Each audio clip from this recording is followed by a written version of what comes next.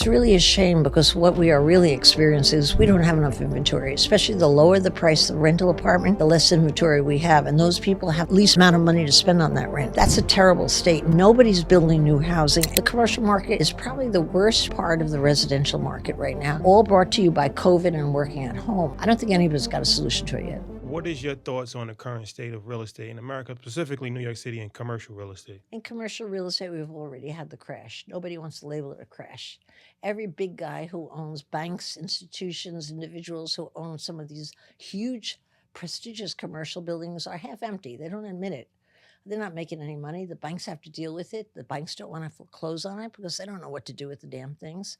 It's a real problem. The commercial market is probably the worst part of the residential market right now, all brought to you by COVID and working at home. People don't want to go to the inner city and work so much unless they are forced to.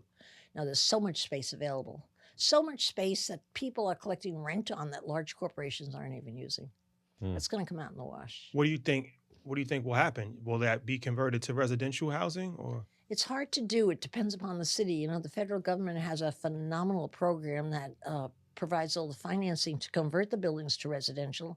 And there's a trend in the United States that the tallest buildings now are rental buildings, residential rental buildings. The tallest buildings used to be commercial, used to be condos, fancy condos. That's totally changed. But it's a difficult thing because what you have in New York is you have huge floor plates with not enough windows.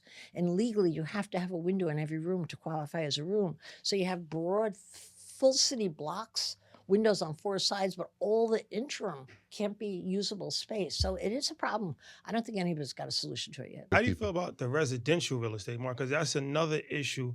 Rents at all-time high, inventory is very low, salaries have not gone up. So a lot of people are struggling to actually find somewhere to live, and they're getting squeezed out.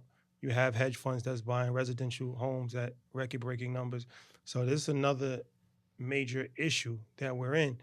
And there's no real solution for that either. So what's your thoughts on the American residential market?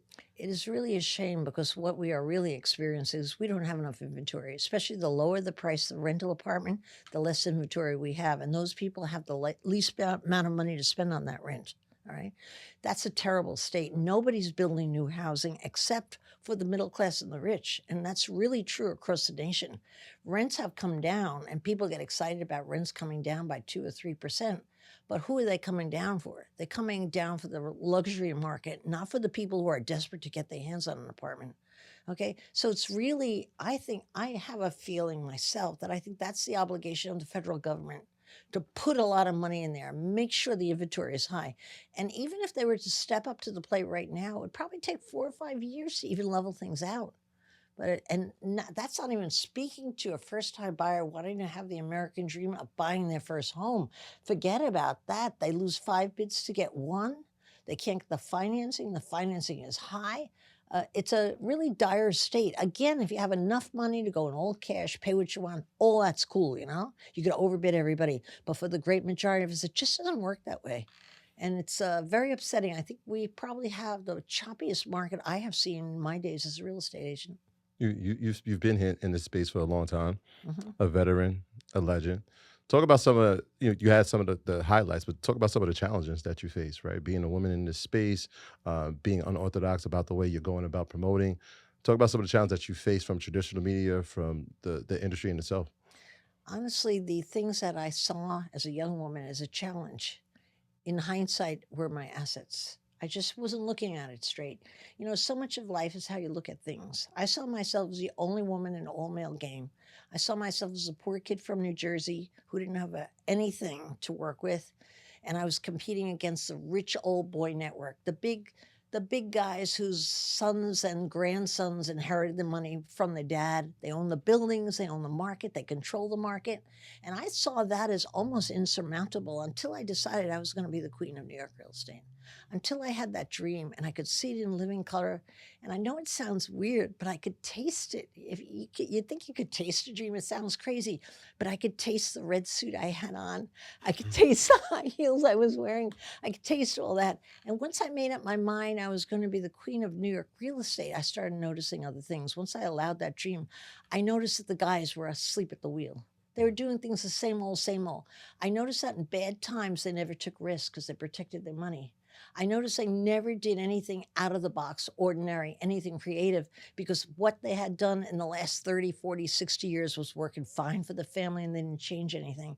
And the best thing I noticed, I used to feel insulted by walking into a room, say at the Real Estate Board of New York, an industry event, and nobody even saying hi to me or turning their back or just giving me a perfunctory, oh, yes, like dismissal. That pissed me. I can't say pissed me You off. can. Right? No, You you can. can. You I can. can't say, Yeah. well, Say that further pissed, than that. well, that definitely did that for me. I'm feeling my mother upstairs saying, don't do it. But that was the most insulting of all. But you know what it did for me? It made me say, I'm going to get even. I'm going to get you. I'm going to come back and bite you in the ass. You wait and see.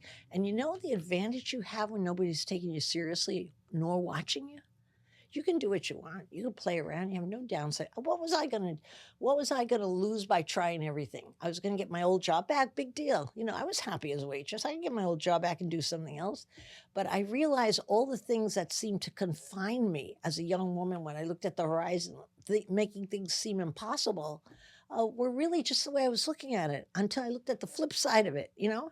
And it doesn't mean if you look at things differently, it all works out, but it's the beginning of everything working out because you start to see the opportunity. And those opportunities are far more important than the hard times.